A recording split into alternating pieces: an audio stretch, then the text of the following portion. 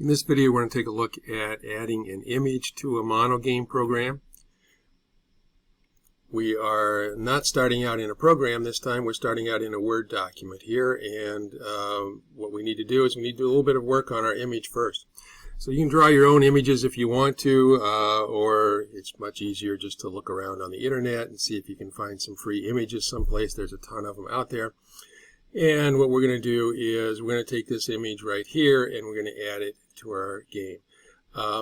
Before we do that, we have to make some changes in it though. So I'm going to right click on this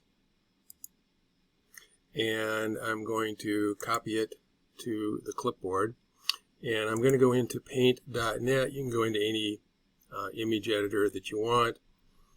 I like paint.net. It's pretty powerful and it's free. And I'm just going to do a Control V here and paste it in, and it's much smaller than my work area of default here. So I'm going to crop it. And then I'm going to zoom in on it a little bit here. And now what I want to do is you want your images to not have a lot of extra stuff around the outside. So what I want to do is I want to bring the left edge into here.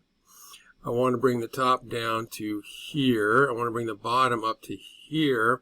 And I want to bring the right edge into here. So you don't want any extra space around the outside at all. And the reason for that is frequently what you need to do is you need to detect whether one object has collided with another.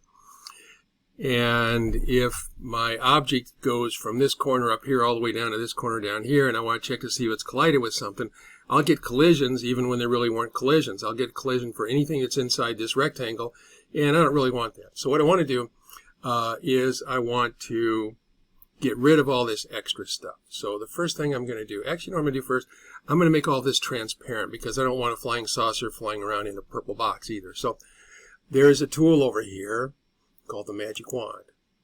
And if you click on the magic wand, it selects similar colors. And the amount of similarity is determined by this number up here. So it starts out at 50%, and that's a little bit too high. So I'm going to lower it to about 20% here, and that looks pretty darn good. It is just selecting the blue stuff now. It is not selecting any part of my flying saucer. And all I have to do to get rid of that now is hit the delete key. And everything that's inside the dancing lines gets deleted. So if there is no color there, the way paint.net indicates that is by putting a checkerboard background. When I actually put this in a program, the checkerboard background isn't there. It'll be see-through. Now I'm going to undo that. The reason I'm going to undo it is because I want to get a little more of this stuff around the edge here without having to go in. It's not a big deal, but without having to go in and edit individual pixels. So I'm just going to increase my tolerance here, let's say to about 30%. Yeah, let's see if we can get a little higher. Let's see how high I can get without actually going into some of the, I'm up to almost getting close to the 50% I had before. So now let's try hitting the delete key, see if it does any better that time. And it looks like it didn't really do a whole lot better, but this is going to be a very small image on the screen, and we're probably not going to notice a few extra pixels of purple that are out there anyway. So now what I want to do is I want to crop it, and cropping it, we're going to have to do a little bit of guessing here. Let's try from here.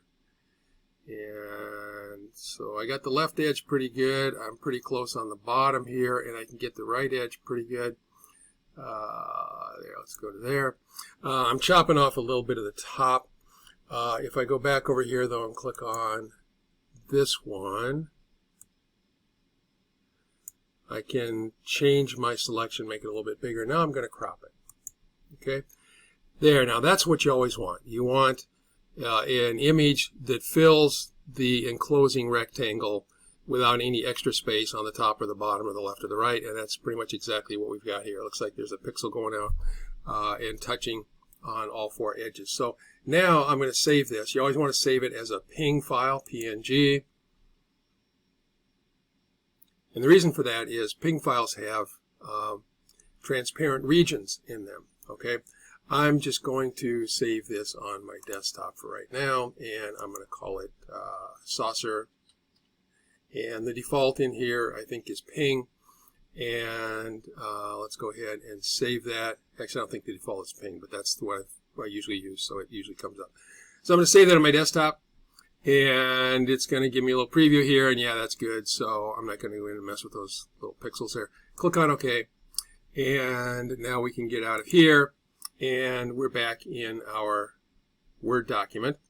So now we've got, we have just done all the instructions that are right here. Well, we've cropped it, we've made part of it transparent, and in the next video we're going to take a look at how you can add that content to your game.